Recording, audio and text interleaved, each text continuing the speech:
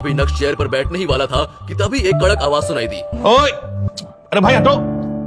ये आवाज Mambo uncle की थी। जब मैम्बो अंकल ने देखा कि नक्श हिलने का नाम नहीं ले रहा है तो तुरंत ही नक्श को धक्का देते हुए बोले, अरे ये सीट भी जूली के लिए। अरे जूली जी आप बैठिए, स्पेशल आज आपके लिए बनवाई है। अरे प्लीज बैठिए, देखिए। लेकिन उसके बाद भी नक्श ने वो जगह छोड़ी नहीं। वो देख रहा था कि मैम्बो अंकल मिस जूली को पटाने की कोशिश कर रहे हैं। मिस जूली। नक्श के मुंह से मिस जूली का नाम सुनकर मैम्बो अंकल गुस्से से तिलमिला उठे। तुम मिस जूली को जानते भी नहीं हो, जानोगे भी कैसे?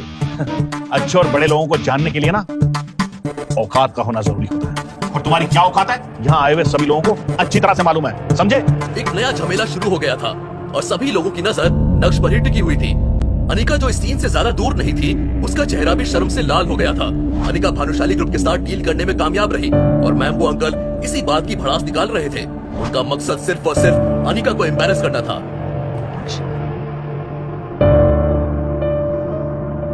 तुम्हें क्या हो गया आज अनिका? अनिका ने अपना सिर हिलाया और मन ही मन सोचने लगी कि नक्श को अपनी जगह मिस जूली को दे देनी चाहिए। अनिका फालतू के लफड़े नहीं चाहती थी। ऊपर से मैम्बो अंकल कल्याणी के फेवरेट थे, इसलिए कल्याणी भी उन्हीं का साइड लेने वाली थी।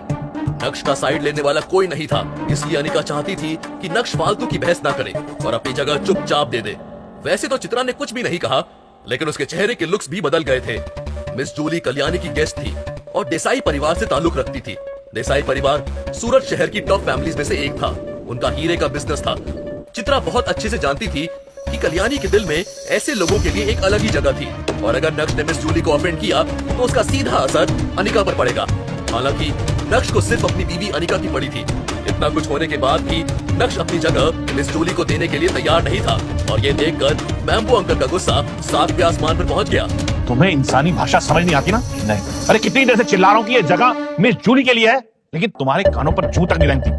अगर ये जगह तुम मिस जूली को दे दोगे तो आसमान नहीं टूट पड़ेगा, ये जमीन नहीं फट जाएगी, तुम्हारा कोई नुकसान नहीं होगा। अरे उठो यहाँ से। मिस जूली ने चौंकते हुए पहले मैम्बो अंकल को देखा और उसके बाद गुस्से वाली नजरों से नक्श को घूरने लगी थी। मामला बढ़ता जा रहा था और कल्याणी को भी इसकी भनक लग गई थी। कल्याणी की आंखें भी इसी मैटर पर टिकी हुई थी। अनिका कल्याणी के सामने अपना अच्छा इंप्रेशन कंटिन्यू रखना चाहती थी, लेकिन अगर नक्श ने अपनी जगह मिस जूली को नहीं दी तो अनिका का इंप्रेशन फीका पड़ जाएगा। मन ही मन ये सोचते हुए अनिका ने तुरंत ही नक्श की ओर देखा और अपने प्यार भरे अंदाज में बोली, नक्श, नक्श, सुनो ना, तुम वहां बैठ जाओ मेरे साथ। ये सीट मिस जूली को दे दो प्लीज। अनिका ने इससे पहले कभी भी नक्श से इतने प्यार से कुछ नहीं कहा था। अपनी बीवी की बात सुनकर नक्श के चेहरे पर मुस्कान आ गई। तुम कह रही हो तो ठीक है, वरना मजाल है कोई मुझे यहाँ से उठा सकता। ऐसे तो नक्श हटने का नाम नहीं ले रहा था, लेकिन अनिका के एक बार कहते ही नक्श मान गया। मैम्बो अंकल अभी भी गुस्से से भरे हुए थे, लेकिन उन्हें मिस जूली के सामने अपनी इमेज को बरकरार रखना था, इसलिए वो ऐसी वैसी और कोई हरकत नहीं करना चाहते थे और अपने आप को शांत रखने की कोशिश कर रहे थे। उसके बाद से नक्श ने मैम्बो अंकल या मिस जूली को फिर से देखने की भी कोशिश नहीं की। मिस जूली की नजर ड्रीम लवर नेकलेस पर पड़ी जो अनिका ने गले में पहना हुआ था। उसकी भी ख्वाहिश थी कि एक दिन उसके गले में भी ड्रीम लवर नेकलेस हो। अब उसे अनिका से और भी ज्यादा जलन होने लग गई। जब अनिका ने देखा कि मिस जूली लगातार उसे ही घूरे जा रही है तो उसे थोड़ा अटपटा सा लगा। तुरंत ही अनिका मिस जूली की तरफ बढ़ी। मिस जूली, मैं काफी टाइम से देख रही हूँ, आप मुझे देख रही थी, कुछ अजीब लग रहा है क्या? I am so sorry Anika. दरअसल मैं आपसे ये पूछना चाहती थी कि आपने जो ये आपके गले में ड्रीम लवर नेकलेस पहना है वो कहाँ से खरीदा है? मिस जूली की आंखों में अपने प्रति जलन देखकर अनिका बहुत ज्यादा सेटिस्फाइड फील कर रही थी। उसने एक्सपेक्ट नहीं किया था कि मिस जूली जैसी जवान और अमीर खानदान से ताल्लुक रखने वाली लड़की को उससे जलन होगी। ये सोच कर ही अनिका को मजा आ रहा था। वो एक्चुअली मेरे दोस्त ने गिफ्ट किया। मिस जूली की नजर ड्रीम लवर से हट ही नहीं रही थी। Anika, can I ask you something? If you don't mind, क्या आप अपने दोस्त को बोलकर प्लीज मेरे लिए भी सेम नेकलेस अरेंज कर सकते हो क्या? ये बोलने के बाद मिस जूली को लगा कि शायद अनिका उसके प्रपोजल को तुरंत ही रिजेक्ट कर देगी, इसलिए तुरंत ही मिस जूली ने फिर से बात को आगे बढ़ाते हुए कहा, डोंट वरी, मैं उसे फ्री में हेल्प करने के लिए नहीं कह रही हूँ। उसने ये हार कितने में खरीदा, मैं उसका डबल दे दूंगी। डबल पैसा? आजू बाजू जितने भी लोग बैठे थे, जब उन्होंने मिस जूली और अनिका की कन्वर्सेशन सुनी तो वो सभी शॉक रह गए थे। एक असली ड्रीम लवर नेकलेस की प्राइस 10 करोड़ रुपए से भी ज्यादा थी और यहाँ मिस जूली डबल पैसा यानी 20 करोड़ रुपए देने की बात कर रही थी। गजब। लेकिन अनिका पूरी तरह से खामोश थी। ना जाने वो किन ख्यालों में खो गई थी। उसे समझ नहीं आ रहा था कि वो मिस जूली की बात का क्या जवाब दे।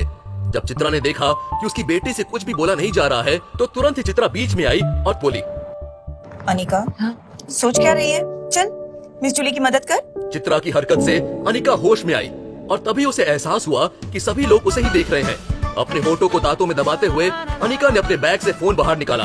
क्योंकि सभी लोग अनिका के सर पर बैठे थे, इसलिए अनिका ने किसी का नंबर डायल किया। नक्श जो ज्यादा दूर नहीं था, वो अनिका के एक्शंस देखकर मुस्कुरा रहा था। वो गेस कर सकता था कि अनिका किसे कॉल करेगी। अगर नक्श का गेस गलत नहीं है, तो अनिका विहान बजाज को ही कॉल करेगी। जब अनिका ने देखा कि मिस जूली पैशनेटली उसी को घूर रही है, तो अनिका ने कॉल को लाउडस्पीकर पर रख दिया। जब चित्रा ने अनिका की मोबाइल स्क्रीन पर विहान का नाम देखा, तो वो एकाएक चौंक उठी। ओह, तो ये विहान है जिसने अनिका को नेकलेस दिया है। अगर ये बात नक्श को पता चल गई तो मुझे भी नहीं पता कि क्या होगा। बस नक्श अनिका से इस बात को लेकर आर्ग्यू ना करे। अगर नक्श ने यहाँ कुछ ऐसा वैसा हंगामा या ड्रामा किया तो मेरे और अनिका के लिए बहुत ऑकवर्ड हो जाएगा। दूसरी तरफ विहान दोस्तों के साथ बैठकर ब्लैक में खरीदी हुई बियर पी रहा था। 2 दिन पहले भानुशाली परिवार में से कोई विहान से मिला और उस शख्स ने विहान को बताया कि उसने भानुशाली परिवार में से किसी को ऑफेंड किया है, जो उसे नहीं करना चाहिए था। अब भानुशाली परिवार उसे छोड़ेगा नहीं। इससे पहले कि विहान को एक्सप्लेनेशन पूछता या बताता, अचानक से उसके सारे फंड्स और रिसोर्सेज पर संकट छा गया। साथ ही साथ उसकी कंपनी के टैक्स प्रॉब्लम्स भी बाहर आ गए। देखते ही देखते विहान का सब कुछ चला गया। अब जो बचा कुचा है, उसमें भाई साहब गुजरात में शराब बैन होने की वजह से ब्लैक में खरीदी हुई बियर पी रहे हैं। लेकिन अभी तक विहान को ये पता नहीं चला है कि उसने भानुशाली खानदान में किसे ऑफेंड किया है। हेलो, कौन बोल रहा है? विहान की आवाज सुनकर अनिका को धक्का सा लगा। उसके चेहरे के एक्सप्रेशंस अचानक से बदल गए और उसका दिल बहुत भारी हो गया। जब भी अनिका विहान को कॉल करती, विहान बहुत ही ज्यादा एक्साइटेड हो जाता था। लेकिन आज उसकी टोन में वो एक्साइटमेंट पूरी तरह से गायब थी। लेकिन क्यों? ये अनिका को समझ नहीं आ रहा था। उसे कुछ पता ही नहीं था। हेलो विहान, मैं अनिका बोल रही हूँ। अच्छा सुनो, वो जो तुमने मुझे ड्रीम लवर नेकलेस गिफ्ट किया था ना, क्या तुम वो एक और अरेंज कर सकते हो? Is it possible for you?